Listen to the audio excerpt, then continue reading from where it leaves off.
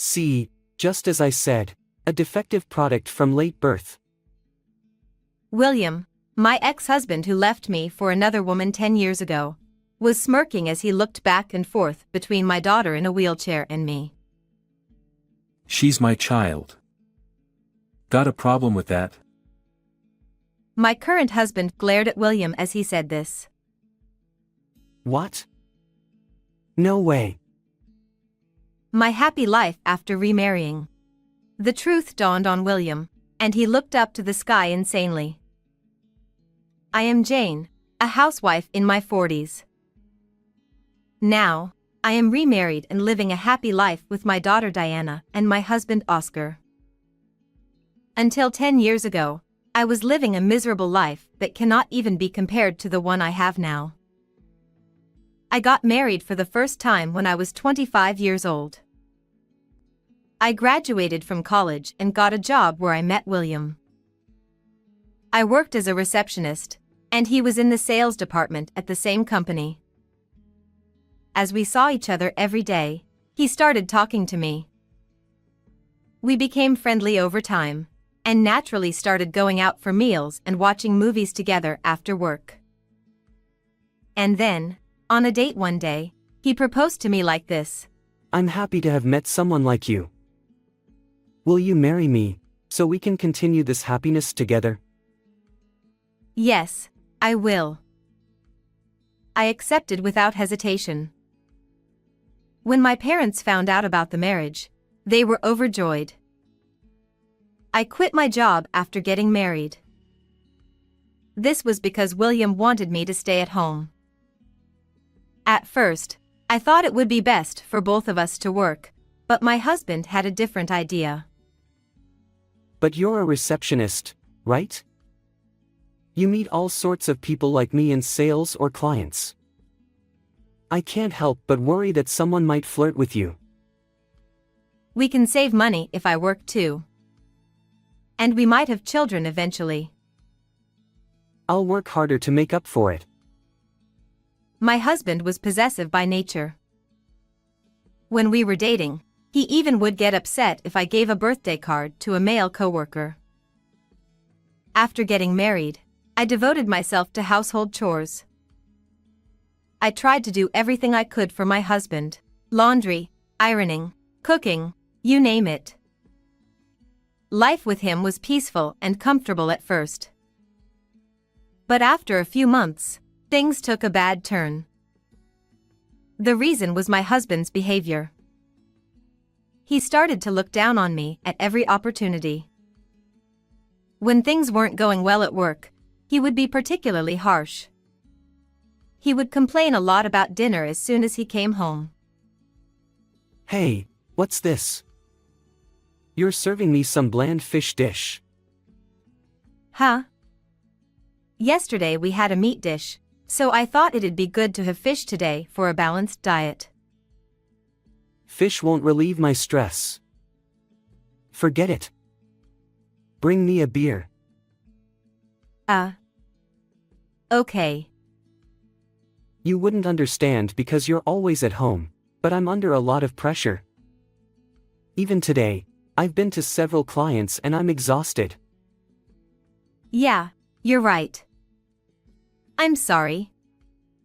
Tomorrow, I'll make your favorite dish. You better understand.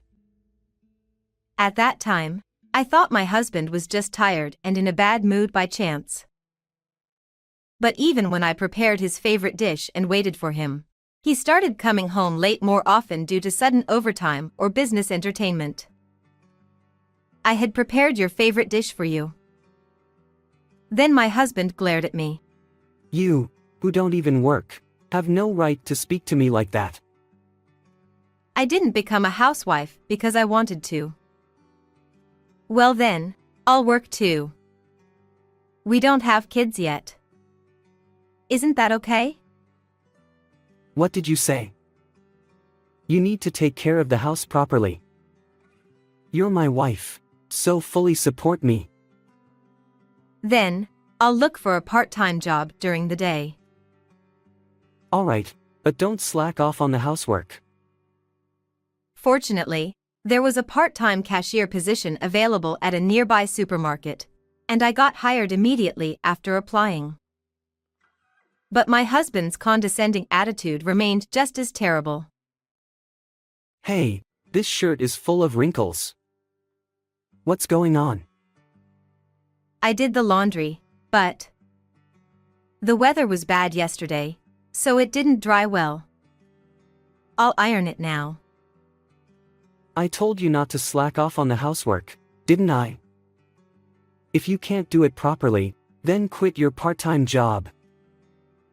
This made me feel more like a maid than a wife. My husband was like this at home, but he was affable to everybody outside of the home. One day, this happened. We're going to my parents' house tomorrow, so prepare a gift for them. What? Isn't this too sudden? If you had told me earlier, I could have prepared something. That's why I'm telling you in advance now, right? Or are you saying you can't get it done? It's not that, but I have my own schedule too. You're just a part-timer, don't give me attitude. Make sure you get it ready. Understand? I prepared a gift that I thought my husband's parents would like, and the next day we went to their house. Apparently, it was to celebrate the eldest son of my brother-in-law starting elementary school. Jane, I'm sorry to trouble you. Thank you for coming. I'm sorry, I should have brought something that your grandson would like. It's just a dinner party. I told William that nothing was necessary, but he's always so considerate. You prepared it, didn't you? Thank you. My mother-in-law said this to me. At his parents' house, my husband is known as the thoughtful second son. And there, he plays the role of a thoughtful husband towards me as well. Jane started a part-time job recently. She chose a job near home so it wouldn't affect the housework. It's difficult to work when you have children, isn't it? Exactly. That's why she's working now, while she can. That's a good idea. You two are really responsible. My husband talks with my mother-in-law like that, creating an image of himself as an excellent son and a good husband. Because my husband is good at putting on a front like this even at my parents' house, I can't talk to anyone about him. And when I came back from in-law's house, Hey, can't you be a bit more thoughtful? It's a wife's duty to support her husband when we're out, right? huh? I did prepare the gift as you asked. It's not just about that. You should play with my nephew, help out my mother. There are many things a daughter-in-law should do, right? It's not enough to just do what you're told. I'm sorry. Whenever I returned from my husband's parents' house, I always got lectured like this. Since getting married, this kind of life continued, and I became more and more depressed. I couldn't do housework properly, I wasn't thoughtful enough, and I could only do what my husband told me to do. I was gradually brainwashed by my husband's condescending words into believing those things. At home, I was nothing more than a housekeeper. Every day, I just did the housework as my husband told me to and worked part-time during the day. Perhaps my husband got tired of me, as he started coming home later and later. Recently, you've been coming home late. Work is busy. I'd like you to at least let me know when you're going to be late. I need to prepare dinner. Unlike your part-time job, sales work depends on the clients, so it's normal to adjust to their schedule. Don't you even understand that? All I asked for was a heads up if he was going to be late. I had a feeling that his late nights weren't just because of work. The reason is, when I picked up my husband's suit to take it to the dry cleaners, I noticed the scent of women's perfume on it. Additionally, Despite him coming home from work, I noticed the smell of shampoo, completely different from sweat. It's likely he's having an affair. But I didn't have the courage to confront him. If we divorce, I have nowhere to go. My parents like my husband, so I would be blamed if we split up. Also, I don't go out much aside from my part-time job and shopping, and I don't have any friends I can confide in. Because of all this, even if I realized my husband was cheating, I've been turning a blind eye to it. One day, I realized that my period hasn't come for a while. And sometimes, I felt strange nausea. Maybe. I decided to muster up the courage to talk to my husband. If he knew we were expecting a child, perhaps he would come back to me. Since my husband adored his nephew, I thought he would be happy to hear we were having our own child. Hey, I think I might be pregnant. Ha! Lately, I haven't had my period, and I've been feeling like I have morning sickness. Are you kidding me? Even if it's true, you should consider abortion. Wait, why? What do you mean? Because, you're 35, aren't you? So what? Well, you know, pregnancy over 35 comes with risks. There's no guarantee the baby will be delivered safely, and there's a chance they might have disabilities. What? And besides, I have no intention of raising a child with you. Maybe we should just break up. What? Why would you say that? You like kids, don't you? You adore your nephew, right? Ah, I was just pretending to like him. I don't actually like kids. I hate crying babies. That's. And besides, I've been thinking of you more like a maid. But if you're going to have a child, then you're out. You do realize, don't you? I have someone else. It'd be easier to live with her. What, are you going to leave me? My husband smirked and said, You know how they say you should replace electronics after 10 years? Well, we've been married for 10 years too, so maybe it's time to replace the wife. He said that as if it were nothing. I couldn't believe he was this kind of person. I'm going to the other woman's place right now. I'll send you the divorce papers soon, so make sure you sign them and file them. Are we really getting divorced? If there's something wrong with me, I'll fix it. Ha! Something wrong with you? Your very existence is the worst. Do whatever you want with the child. Abort it, raise it, I don't care. Though with your measly income, you probably can't raise a kid. Ugh. With those hateful words, my husband left the house. Left alone in the house, I was overwhelmed with tears. What did I do wrong? I did all the housework just as he asked, and I never caused any trouble. How can I suddenly be facing divorce? What should I tell my family? And with a child on the way, what am I supposed to do from now on? These thoughts swirled in my mind, leaving me in a state of withdrawal. A few days later, I heard the sound of the front door opening, and my husband returned. Hey, are you here? Looks like no one's home. I could hear a woman's voice too. She was wearing a miniskirt, heavy makeup, and had a somewhat sharp-looking face with slightly slanted eyes, and she was clinging to my husband. Eek. You scared me, I thought it was trash. The woman noticed me lying on the living room sofa, my face streaked with tears, and she screamed. You look like a ghost or something, like something out of a nightmare. How could you be with such a woman? Seriously? She really does look like a ghost. Despite being unfairly belittled and cheated on, all I, being brainwashed, could manage to say was, Did you come back? Come back. Don't be ridiculous.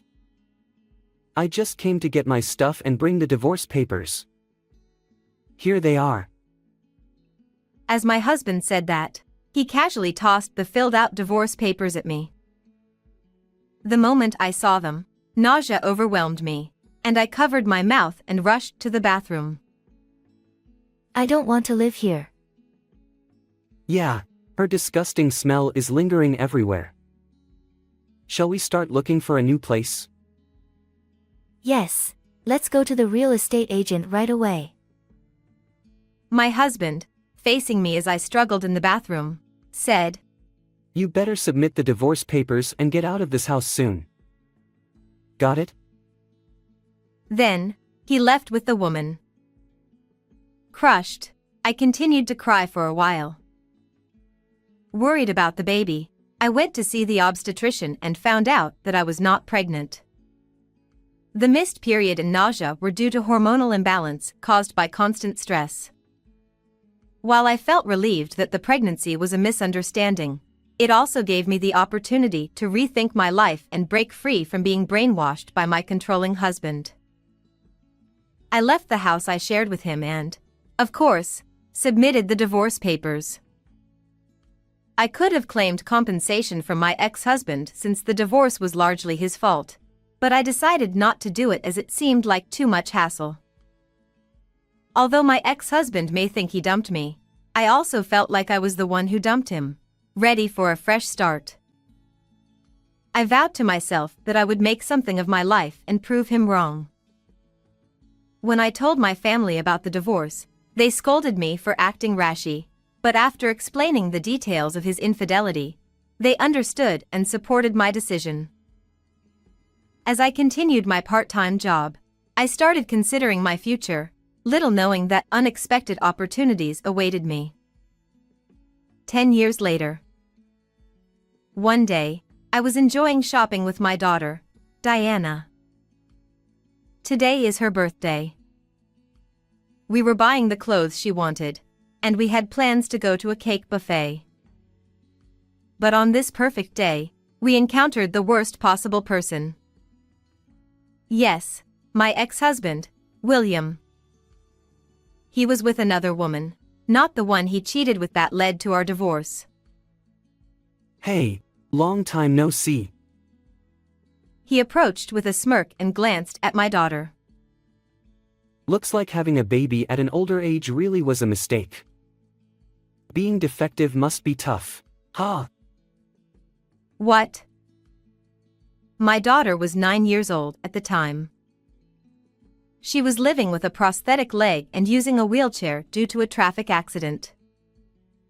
What are you talking about? Could he be misunderstanding something?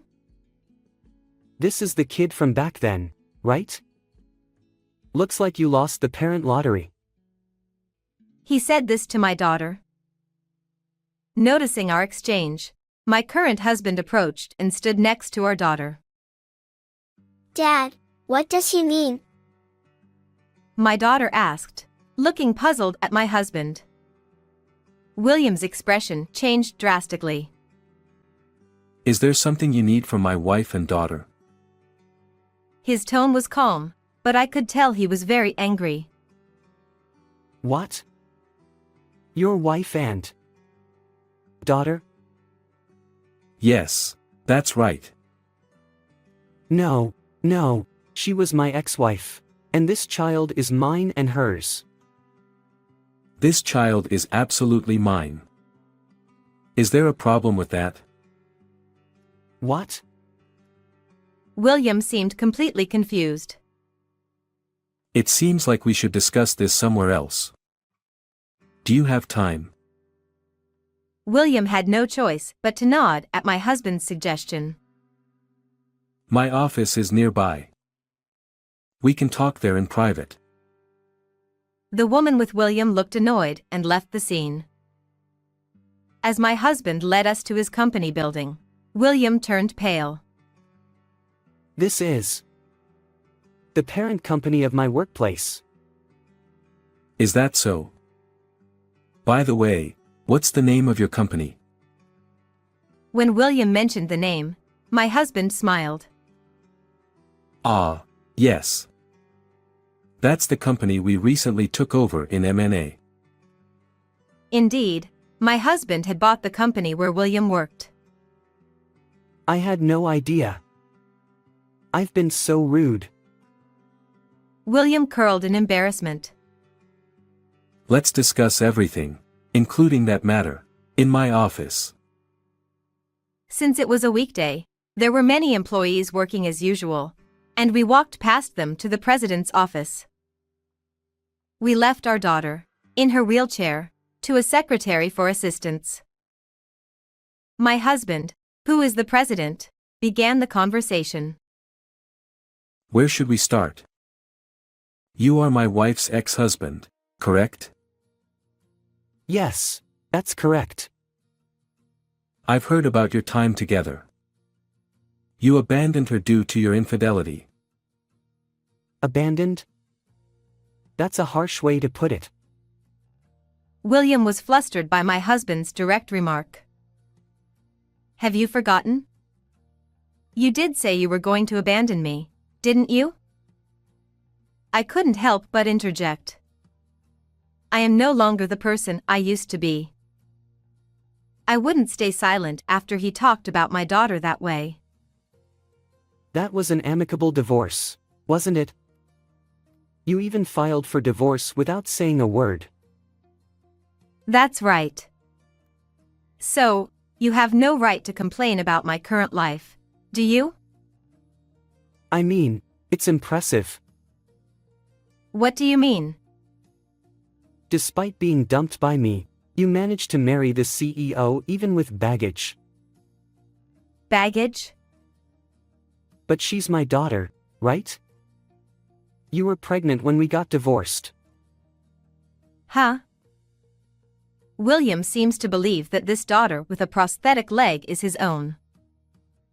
It's sad she was born with disabilities from your late pregnancy, but it's reassuring if the new father is the president, right? What are you talking about? She's not your daughter. Ha! It matches the timeline, doesn't it? Or are you saying you were already with this president at that time? That's not true. As William and I were arguing, my husband interjected. I also remarried. That girl is my daughter with my ex-wife. Ha! Then what about the prosthetic leg and wheelchair? My husband answered William's question carefully. Ah, she lost my leg in a traffic accident a few years ago, and my current wife took care of her at that time. Yes, after my divorce, I chose to pursue a new life by becoming a counselor. Realizing that I had been brainwashed by William, I began studying to become a psychological counselor in order to restore my mental health. I obtained my qualifications and started working at a welfare facility to support people who were in similar situations to mine. It was there that I met this young girl who had just been in a traffic accident. She became withdrawn after losing her leg in the accident. Her mother had already passed away, and my current husband struggled to get her to open up, so she came to our facility for rehabilitation. She loved reading novels and often read mature stories despite being a child. I happened to be reading the same novel, which led us to start talking, and gradually she opened up to me. Naturally, I also started talking more with her father, and eventually, we decided to remarry. So, what happened to my child from back then? Did you abort it? William was pressing for answers. It was a misunderstanding. I wasn't pregnant. Ha! William's voice cracked. By the way, William, are you an employee of my husband's company's subsidiary? My husband, who is the president, quickly explains. Yes. Actually, our company is currently working on a project for children in collaboration with the company he works for, which we recently took over. As he said this, my husband glared sharply at William. Yes, that's right. I'm in charge of that project. What a strange coincidence, isn't it? William looked like he wanted to disappear. Then we'll have to remove you from that project. What? William froze at the sudden announcement from the president of the parent company. I'll talk to your manager and have you removed from this project. William turned pale.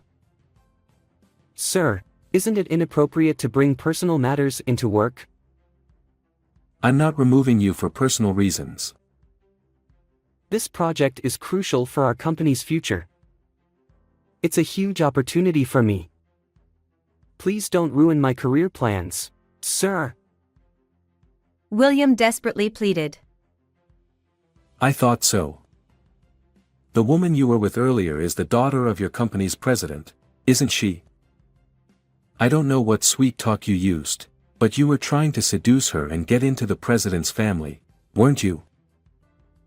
My husband seemed to have hit the nail on the head regarding William's intentions. You understand, right? It's that man's ambition.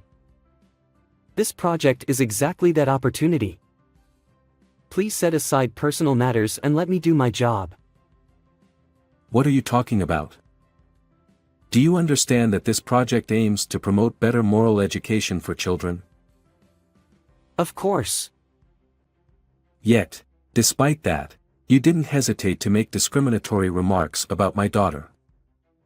She's only 9 years old. I can't entrust this job to someone who can't even consider a child's feelings.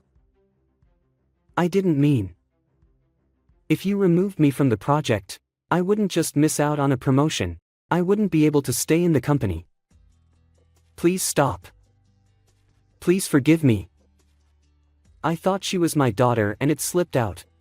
Even if she were your own child, you shouldn't call her defective. Hey, help me out here. William pleaded as he faced my husband's intense anger. What are you saying? You reap what you sow, don't you? This happened because you were with that girl. What are you going to do about it? William accused me crazily. It's your fault. Everything would have been fine if I hadn't met you. Why did you have to do this to me? It's all your fault. Seeing William like that, my husband added more. If you continue to verbally attack us like this, I will report the details to not only your department manager but also to the president, who is the father of that young lady. If you don't want to lose your job, reflect on your actions and start over. With my husband's ultimatum, William turned tail and left. Then my husband looked at me with a smile and said, "Let's go home."